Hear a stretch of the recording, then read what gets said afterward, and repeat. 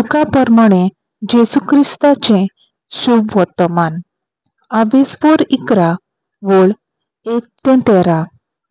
जेसू एके कडेन मागणे करून आसलो आनी ताणें तें सोंपयल्या उपरांत ताच्या शिसांतल्या कोण एकल्यान ताका म्हणलें, सायबा, जुआवान आपल्या शिसांक मागणें करूंक शिकयलां तशें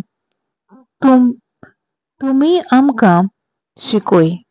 ताणें तांकां सांगलें, तुमी मागणें करतात तेन्ना अशें म्हणात, बापा, तुजें नांव पवित्र जावं, तुजें राज येवं, आमचो दिसपट्टो गिरास दिसाच्या दिसा आमकां दी, आनी आमचीं पातकां बोगोस, कित्याक आमच्या रिणांत आसलेल्या सगल्यांक आमी बक्षितांव, आनी आमकां पाळणींत पडूंक दिवं नाका.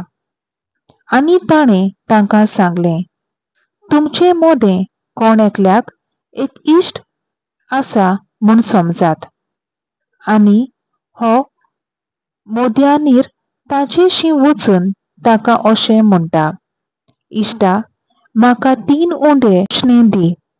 म्हजो एक इश्ट वाटेचो पावून सरला, आनी तिका वाडूंक म्हजे लागीं कांयच ना. आनी त्या मनशान भितर तावन अशी जाप दिली, म्हाका त्रास दिवं नाका.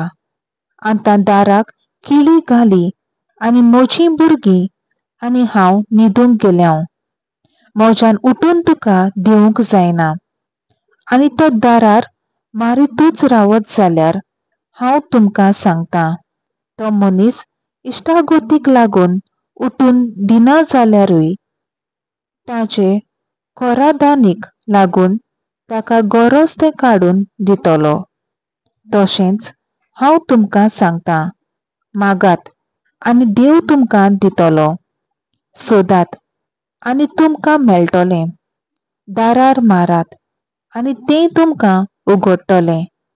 कित्याक मागतात तीं घेतात, सोदतात तांकां मेळटा, आनी दारार मारतात तांकां तें उगडटलें. मासली मागतल्या आपल्या पुताक मासलेचे सुवातेर एक सोरूप दीत तसलो तुमचे मोदें कोण बापूय आसा जायत, वो तांतीं मागीत जाल्यार बापूय ताका विंचूक हाडून दीत.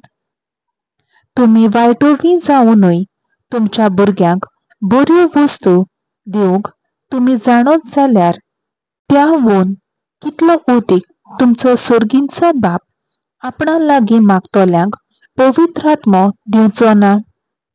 देवाचें उतर हें देवाचो व्हड उपकार.